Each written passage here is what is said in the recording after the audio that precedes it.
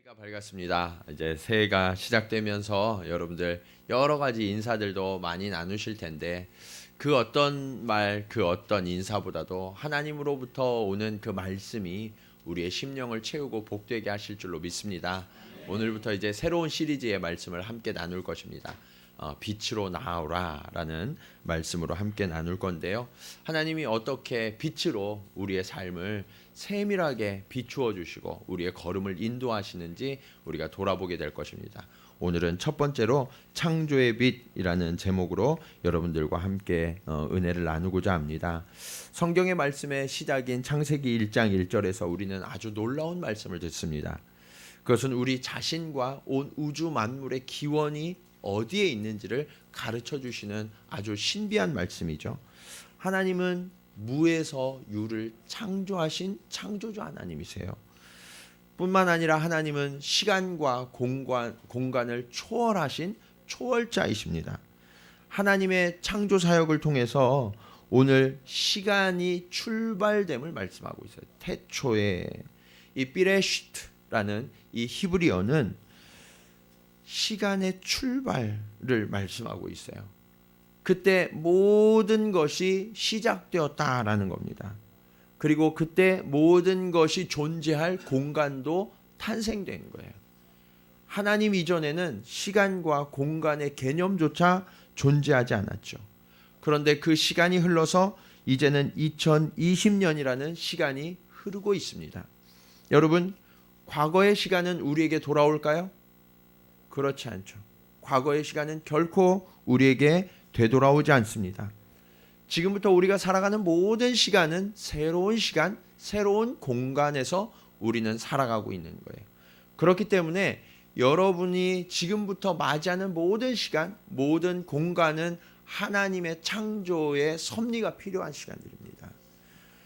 우리가 하나님 없이 그 시간과 그 공간을 살아간다고 그러면 우리는 은혜를 누릴 수가 없어요. 그러나 하나님이 함께 하시는 시간, 공간 속에 우리가 존재한다면 그 한 가지만으로도 우리는 하나님의 복을 누리게 됨을 믿으시기 바랍니다.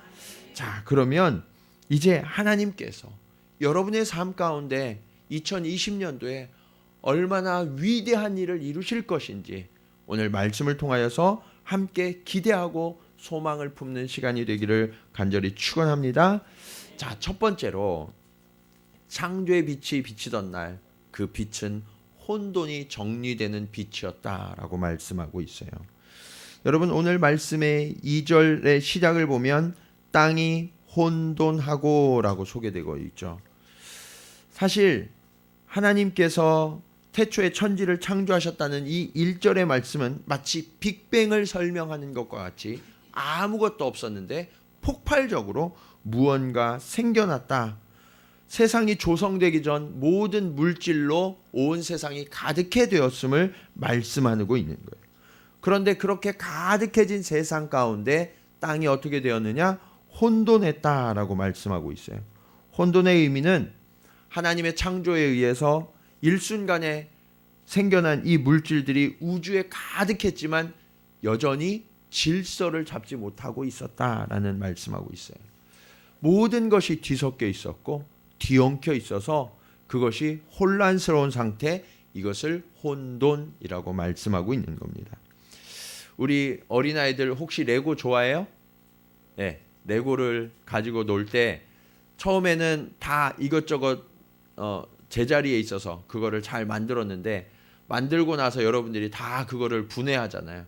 분해해서 상자에 담아놓고 한번 흔들면 어떻게 돼요? 다 뒤섞여 있어요. 크기와 종류에 상관없이 다 뒤섞여 있는 그런 상태, 그런 상태를 혼돈이라고 할 수 있어요. 물론 하나님이 우리를 창조하시기 전에 혼돈은 레고를 뒤섞어 놓은 것과는 상상할 수 없는 차원의 혼돈이었을 거예요. 그런데 하나님은 우리를 창조하실 때 어떻게 하셨냐? 그 혼돈 속에 있는 모든 물질들을 잘 분별하고 또 적재적소에 배치하십니다. 그래서 아주 아름답고 온전한 창조를 만들어내셨어요.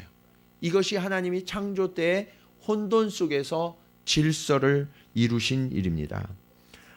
하나님은 하나님께서 친히 어떻게 세상을 창조하시고 질서를 잡으셨는지에 대해서 욥과 대화하면서 말씀해 주신 적이 있어요. 하나님께서는 모든 것에 기초를 놓으시고 그 질서와 법을 정하셔서 세상을 창조하셨다라고 말씀하고 있어요. 그래서 온 우주는 질서를 따라 움직입니다. 그런데 이 질서가 누가 정하신 질서예요? 하나님이 정하신 질서라는 거예요. 사람들은 신비하다고 이야기해요. 어떻게 우주가 존재하느냐고, 어떻게 우주가 충돌하지 아니하고 그렇게 운행하는지를 궁금해합니다. 그러나 성경은 분명하게 말씀하고 있어요. 온 우주는 하나님의 질서를 따라서 혼돈이 사라지고 평안과 은혜가 임하는 장소가 되었다라고 말씀하고 있어요. 그런데 우리의 삶을 한번 생각해 보자고요. 그러면 여러분의 삶은 어떠신가요? 혼돈과 모든 것이 사라지고 뒤엉켜졌던 것이 다 질서를 잡고 평안과 은혜 가운데 거하고 계십니까? 네. 그러면 좋겠는데 여러분의 삶을 돌아보니까 여전히 혼돈이 가득합니다. 그렇죠? 네. 어른이 되면 사람들은 그 혼돈을 가리는 법을 알아요. 가리고 감추는 법을 압니다. 그래서 겉으로는 괜찮은 척, 내가 알고 가는 척 그렇게 생각하죠. 그렇지만 여러분, 내일 여러분에게 무슨 일이 일어날지 아시는 분 계세요? 1년 뒤에 10년 뒤에 우리에게 무슨 일이 일어날지 명확히 알고 계시는 분 계십니까? 우리의 인생은 뒤엉켜져 있는 것 같아요. 아무것도 명확한 것이 없는 것처럼 보입니다. 제가 성도분을 만나서 말씀을 함께 나누다 보면 다들 무엇을 고민하시냐면 도대체 어떻게 살아야 할지를 모르겠다는 거예요. 어떤 기준을 가지고 어떤 일을 내가 우선순위에 두고 살아야 할지 모르겠다는 거예요. 왜 그러냐? 우리 인생은 한 치 앞도 알지 못한 채 살아가는 인생이기 때문에 그렇습니다. 그러다 보니까 모든 우선순위가 뒤섞여 있고 우리의 기대와 소망, 책임과 의무, 능력과 한계도 온통 뒤섞여서 혼돈 상태에서 살아가는 것, 그것이 인생인 거죠. 그래서 많은 분들이 그 혼돈을 좀 바로잡으려고 어떻게 해요? 새해가 될 때마다 여러분 뭐 하세요? 계획을 세우세요. 어떻게 작년에 세우신 계획들을 다 이루셨나요? 네. 많은 분들이 계획을 세우지만 그 계획이 3달 이상 가시는 분들이 많지 않더라고요. 네. 이 인생이 계획대로 되지 않습니다. 우리는 늘 계획을 세우고 이번에는 잘 살아봐야 되겠다고 그렇게 결심하지만 우리의 인생이 그렇게 계획대로 이루어지지 않아요. 사실 우리에게는 하나님께서 세상을 창조하실 때처럼 무에서 유를 만들어내는 능력이 없습니다. 그리고 언제 어디에서 무슨 일을 해야 되는지를 아는 지혜도 없어요. 그러다 보니까 늘 실수하고 실패도 많이 하고 넘어지게 되죠. 그렇게 살아가다 보면 어떤 분들은 이렇게 말씀하세요. 내가 아무리 계획을 세우고 아무리 노력을 해도 되지 않으니까 될 대로 되라. 그냥 흘러가는 대로 살아야 되겠다. 목적도 없이 떠도는 인생을 살아가는 분들도 계시죠. 그렇지만 여러분, 성도의 인생은 그래서 안 된다고 말씀하고 있어요. 주님의 자녀들은요, 혼돈을 정리하는 주의 빛으로 우리의 삶을 명확히 비출 수 있어야 합니다. 우리의 계획이 아니라 하나님의 목적과 하나님의 지혜에 의지해서 우리 삶의 우선순위와 적절한 재료들을 알맞게 재배치할 수 있어야 돼요. 여러분, 올 한 해 다른 것으로 시작하는 것이 아니라 만물의 혼돈을 바로잡아 질서 있게 하신 그 하나님의 지혜를 구하시기 바랍니다. 그 하나님의 빛이 우리의 삶을 비출 때 그때 비로소 우리의 모든 뒤엉키고 얽혀진 그 혼돈이 질서를 바로잡고 하나님의 은혜와 하나님의 평강이 임하게 되시기를 주님의 이름으로 간절히 축원합니다. 자, 두 번째로 창조의 빛은 공허가 채워지는 빛입니다.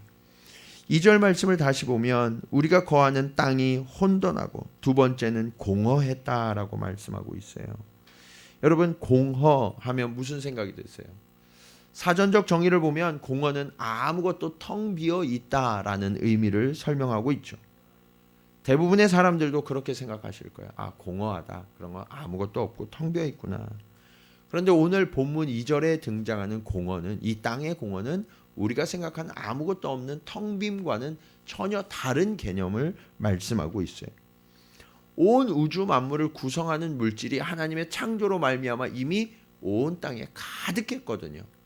그런데 이것이 어떤 형상을 구체적으로 이루기 전의 상태, 그것을 공허라고 말씀하고 있는 거예요.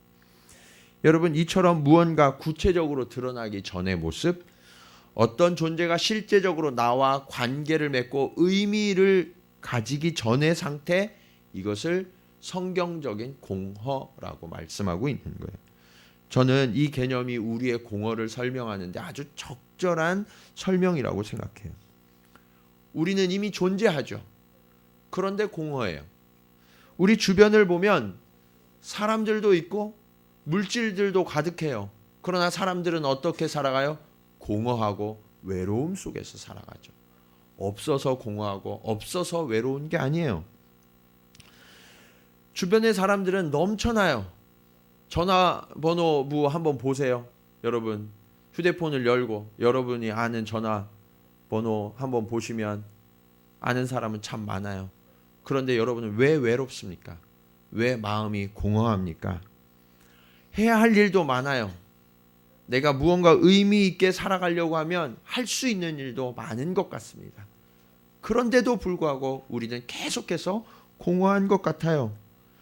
그러니까 공허란 것은 없어서 공허한 게 아니라 그것이 나에게 의미 있는 가치로 연결되지 않아서 공허한 거예요. 우리는 이 문제를 해결해야 돼요. 그리고 하나님은 창조를 통해서 이 근본적인 공허를 해결하셨다라고 말씀하세요. 창조의 빛은 이러한 공허함을 충만함으로 채우는 빛이라고 말씀하고 계세요. 창조의 빛이 비칠 때, 즉 하나님의 말씀이 선포될 때 오직 물질로만 존재하던 땅의 모든 것들이 그때부터 형상을 띠기 시작합니다. 이 말씀이신 예수님은 곧 하나님이셨고 이 말씀이신 예수님이 빛이셨다라고 말씀하고 있어요. 그러니까 창조의 빛은 말씀이라는 얘기예요. 말씀. 하나님의 말씀이 세상 가운데 선포되는 순간 어떻게 됐어요?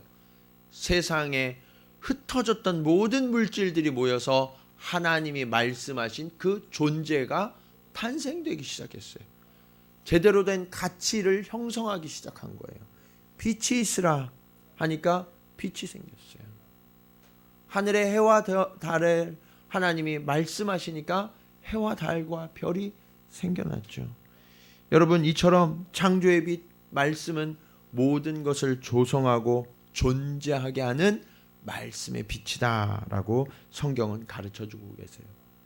그러니까 하나님이 천지를 창조하실 때 모든 물질들이 다 여기저기 나눠져 있고 저마다 뒤섞여서 복잡하고 혼돈한 상태였지만 하나님께서는 구성요소 하나하나를 다 골라내시고 조합하셔서 말씀으로 목표하시는 모든 피조물들을 만들어내셨죠.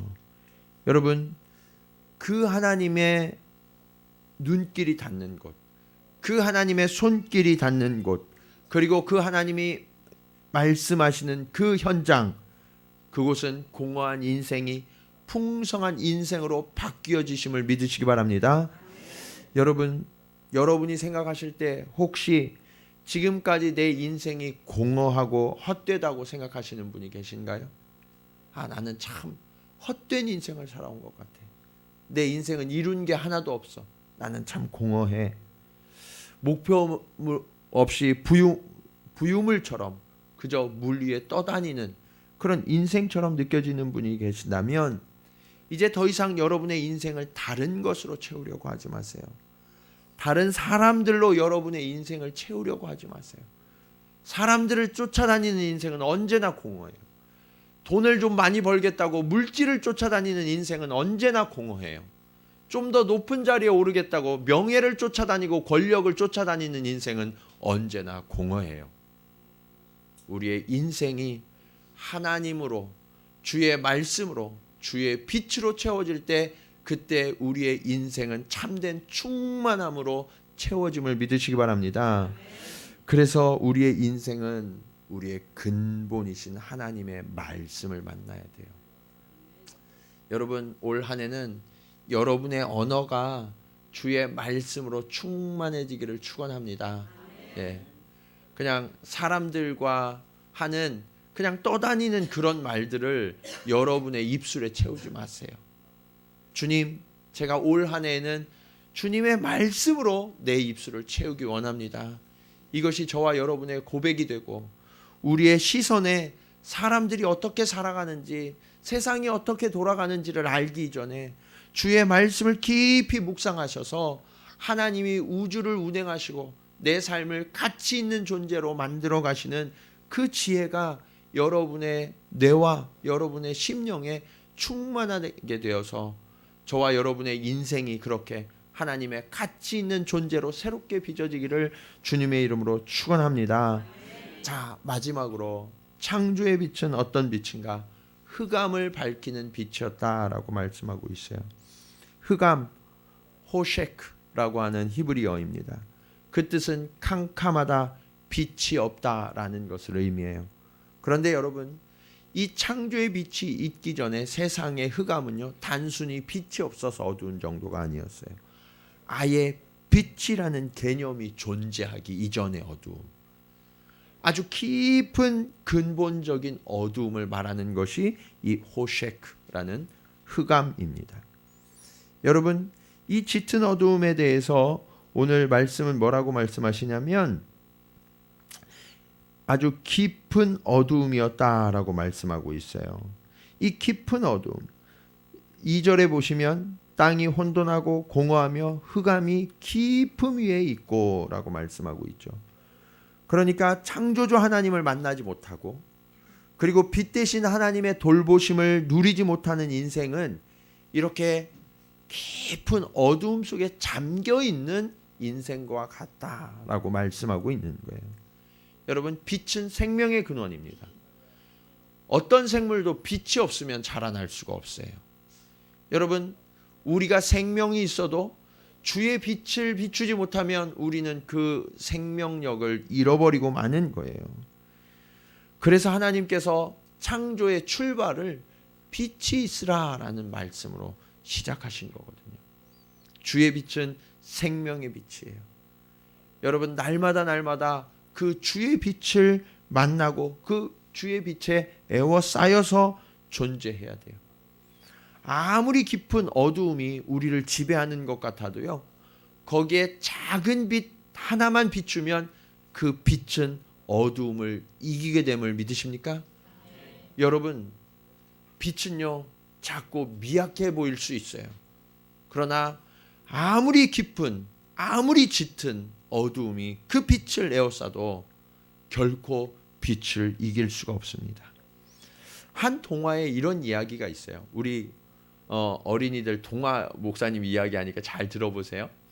어떤 부자 아버지가 있었어요. 부자 아버지가 그런데 나이가 들고 병이 들어서 돌아가시게 된 거예요. 근데 이 부자 아버지에게는 아들이 3명 있었어요. 몇 명 있었어요? 예, 잘 듣고 있군요. 예, 아들이 3명 있었어요.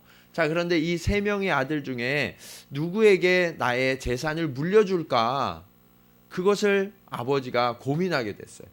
똑똑한 아들에게 내 재산을 물려줘야지 라고 생각하시고서 아버지가 아들을 불러서 이야기해요. 아버지가 부자였기 때문에 방이 많았어요. 그 중에 똑같은 크기의 방 3개를 고릅니다. 아들이 3명이니까.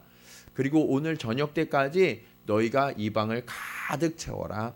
그리고 내가 너희에게 돈을 딱 10센트만 줄 거야 라고 이야기했어요. 10센트를 주고 아주 작은 돈이거든요. 이 돈을 가지고서 이제 밖에 나가서 어떻게 하면 그 큰 방을 가득 채울 수 있을까라고 아들들은 고민했어요. 큰아들은 이렇게 길을 걷는데 보니까 집더미가 이렇게 막 쌓여 있는 걸 봤어요. 풀이 말라 있는 걸 이야기해요.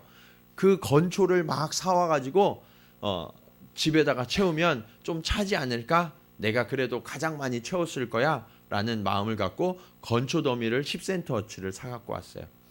그리고 그곳을 가득 채워보려고 아무리 펴봐도 가득 차지 않는 거예요. 아버지가 별로 만족하시지 않는 것 같았어요. 둘째 아들은 10센트를 가지고 가서 무엇을 샀냐면 솜을 사왔어요. 뭘 사왔어요? 솜. 그래서 솜을 막 늘렸어요. 솜을 막 늘려가지고 최대한 크게 해서 그 방을 가득 채워보려고 그랬어요. 그런데 방이 크니까 그것 가지고 도저히 차지가 않는 거예요. 막내 아들은 어떻게 할까 하다가 돌아다니는데 불쌍하고 가난한 사람들이 있는 거예요. 그래서 자기가 가진 돈으로 얼마 되지 않지만 음식을 사서 가난하고 불쌍한 사람들에게 나눠주고 남은 돈으로 무언가를 하나 사왔어요.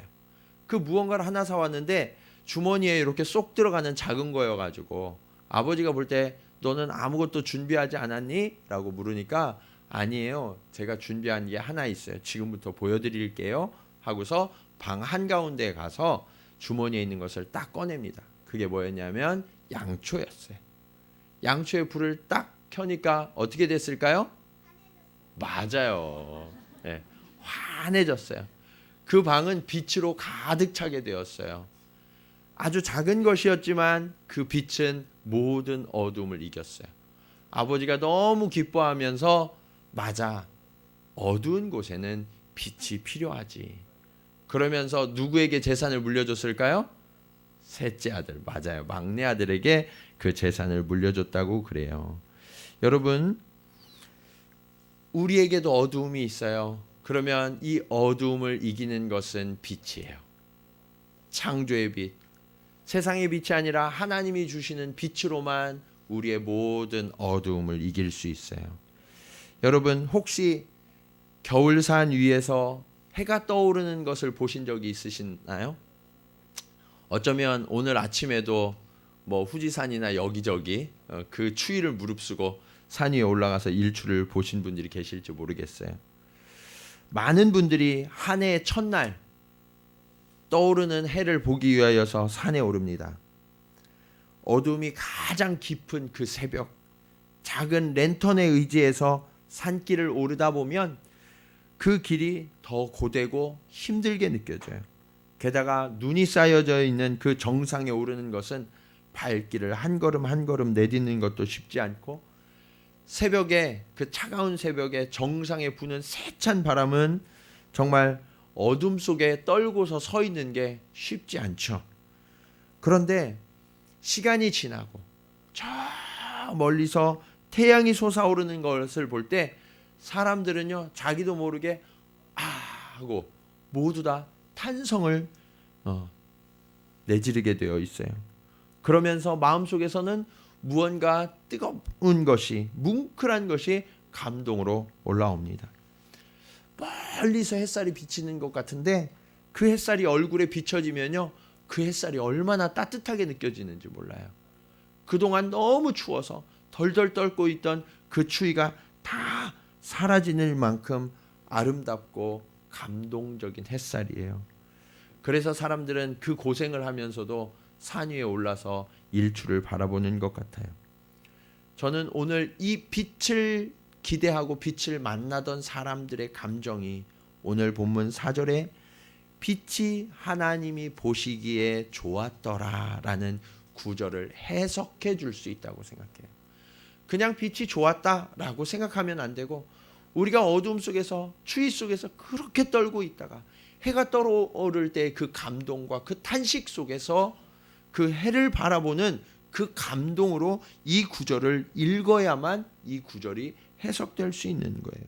해가 돋을 때 그곳의 모든 어두움, 구름이 다 물러가게 돼요. 그리고 그 광선이 비춰지면 땅에서 풀들이 자라나고 움이 돋는다라고 말씀하고 있어요. 여러분, 여러분의 2020년 이제 출발하는 아주 새싹과 같아요. 그러나 주의 빛이 비치면 그곳이 움이 터서 하나님의 식물들로 거대하게 자라날 것을 꿈꾸시기 바랍니다. 우리의 혼돈과 공허 그리고 우리를 둘러싸고 있는 모든 어둠들이 주의 빛으로 말미암아 질서를 잡게 되고 충만하게 되어지고 밝은 빛으로 가득하게 되어서 저와 여러분의 인생이 방황하는 인생이 아니라 하나님의 은혜를 누리고 하나님의 목적을 따라가서 그것을 이루는 평안한 인생, 기쁨과 감사가 충만한 인생으로 변화될 것입니다. 여러분, 여러분의 인생을 다른 곳에 비추지 마세요. 주의 눈길과 손길이 닿는 곳에 내어 비추시기 바랍니다. 그러면 그렇게 주의 눈길이 닿는 곳마다 주의 손으로 빚으시는 인생마다 하나님의 보시기에 심히 좋았더라라는 아름다운 감동과 탄식의 소리가 저와 여러분의 인생의 걸음마다 우리가 살아가는 모든 현장마다 가득히 임하게 되기를 주님의 이름으로 간절히 축원합니다.